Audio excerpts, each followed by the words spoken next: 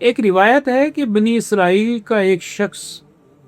وہ علم کی تلاش میں نکلا اور اس وقت کے پیغمبر کو پتہ چلا کہ فلاں شخص علم حاصل کرنے کے لیے دور دراز کا سفر طے کر رہا ہے، تو انہوں نے بلایا اور 3 نصیحتیں کی۔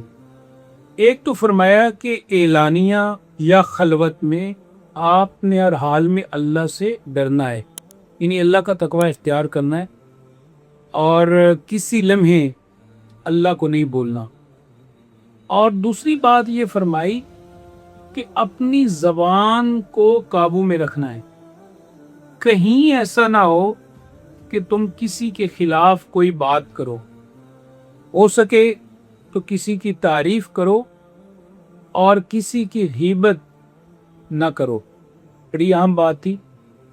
اور تیسری بات یہ ارشاد فرمائی کہ جو لقمہ تم ڈالو اپنے منہ میں تو اس کے بارے میں اطمینان کر لو، آیا وہ حلال ہے یا حرام ہے۔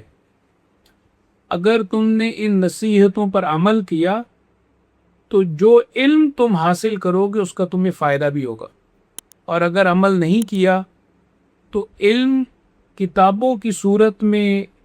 یا انفارمیشن کی صورت میں تو تمہارے پاس رہے گا، لیکن اس کا تمہیں حقیقی فائدہ کوئی نہیں ہوگا۔